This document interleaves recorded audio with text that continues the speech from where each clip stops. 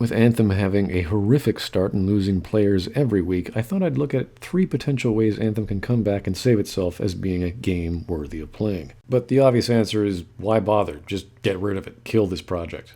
I mean, there's no subscription, no one's been paying for anything anymore, and the active player count seems to be getting lower and lower. They're still going to have minor updates and bug fixes and patches, basically a small dev team just to keep the lights on. Gamers did buy an online game after all, so the service still has to be up. So just eliminating it is not really much of an analysis. It's a given, but what could Bioware really do here? Let's get to the ideal solutions. Idea 1, keep doing what they're doing, which may not seem to be working as the current roadmap doesn't seem to be hitting all of its goals. Just last week there were technical problems like Bioware's fiber getting cut from their office, so their live event was delayed for 1 week. While this is a bad thing for the studio, nothing was stopping Bioware individuals working there from making a blog or a Twitter video post, making a YouTube video, or just doing any live stream the day later outside the office or in a coffee shop. It doesn't matter how they do it, just get it done. They need to communicate more and better. So suffice to say, their roadmap to the Anthem updates aren't turning out so well. While this is what they said they're going to do, it's probably not the best solution unless they themselves think this is a lost cause. Idea 2 or 2.0 or 1A, consider it a reboot, like Final Fantasy XIV: A Realm Reborn. This would be impressive. The launch of Final Fantasy XIV was a disaster. In fact, its initial release scored a 5.5 on IGN. Now, IGN gave Anthem a 6.5, but the average score for Anthem is a 5.8. The story of Final Fantasy XIV is curious. Released in September of 2010 with near universal negative reception.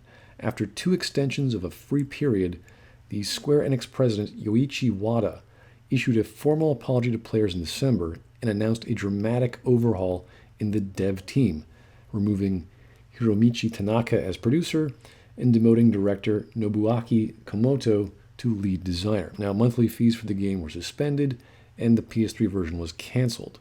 They brought in Naoki Yoshida, who was the planning chief of Dragon Quest X, Square Enix flagship series, and he was brought in as producer and director. Now, why was all this shuffling important? Well, whenever you screw something up, you fix that problem. That's done in management and manpower. So Yoshida, taking the reins, did 2 things. 1, he needed to restore the trust in the players, and 2, he needed to make a better game. So he started a dev blog, or letters from the producer, which discussed all design and development directions. Taking every piece of feedback from the players, he discovered that changes couldn't be made, so he started to, start from scratch, from a brand new code base. So what ended up happening was 1.0 of the game was still live and being updated and maintained, fixing problems and adding features that could be made, while the second game was being worked on with features that the fans wanted. This took 2 years and 8 months. The 3 main reasons why the original launch failed was 1, an overemphasis on graphical quality, which wasn't that great actually, 2, a lack of modern MMORPG expertise in the development team, and 3, a mentality that all problems could be fixed in future patches. This involved having the dev team play World of Warcraft for a year. So, version 2.0 came out on August 24th, 2013, with the old game servers being killed in November of 2012. To encourage users to continue playing while paying subscription fees, Yoshida revealed the Legacy campaign, which rewarded players who paid for at least 3 months of service with permanently reduced monthly payments, an exclusive in-game chocobo mount, and their names featured in the credits of version 2.0. Current players would be provided copies of the new PC client at launch, free of charge, and their character data and progress would be transferred as well.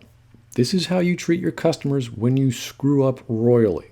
Could you imagine Bioware EA doing that? Casey Hudson apologizing, potentially demoting himself to become producer-director and going back to his creative vision of Anthem or beyond, being some sort of online team survival and exploration game, having a weekly blog on updates and design decisions.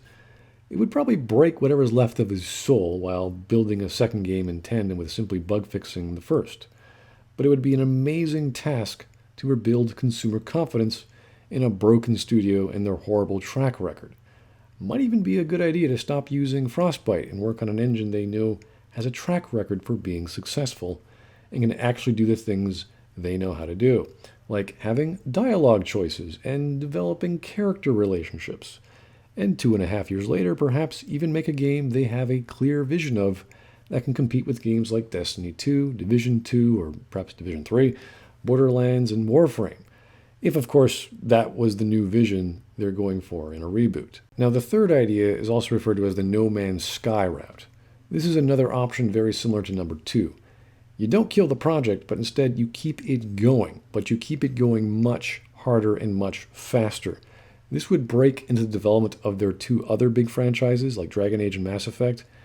And if they really wanted to dig their heels in, they got to go all the way. So you eliminate all microtransactions, you don't offer paid DLC, you cut the price of the game if it's not already low as it can go, you get EA to fit the bill, and you just update the crap out of the game. And put in all the content that was supposed to have, very similar to Final Fantasy XIV 2.0, but you don't reboot the game as something new. Instead, you just keep adding more content, you polish the crap out of it, and you devote an entire section of Bioware to doing just that. There's new raid types, there's world raids, there's a storyline.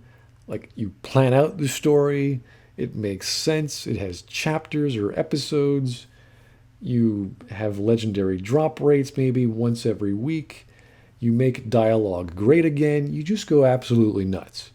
All sorts of things that they had in mind in that 2017 demo, and then some. Obviously, the game is a lot different than what Casey had planned when he pitched the idea, but if they want a looter shooter, they have to learn from what's out there and try and outdo the competition.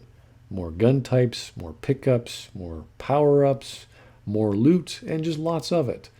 More maps to explore, more flying mechanics, anything and everything that Anthem should have been, and more. With only a few weeks left of their Act 1 update and Cataclysm starting up in May sometime, I'm curious whether all this development is actually going to be worth it, or anyone's going to even care. Anyway, those are some of my thoughts on the matter. What do you think is the proper path for Anthem? How do you think Bioware can best restore confidence, or is the studio just running off fumes?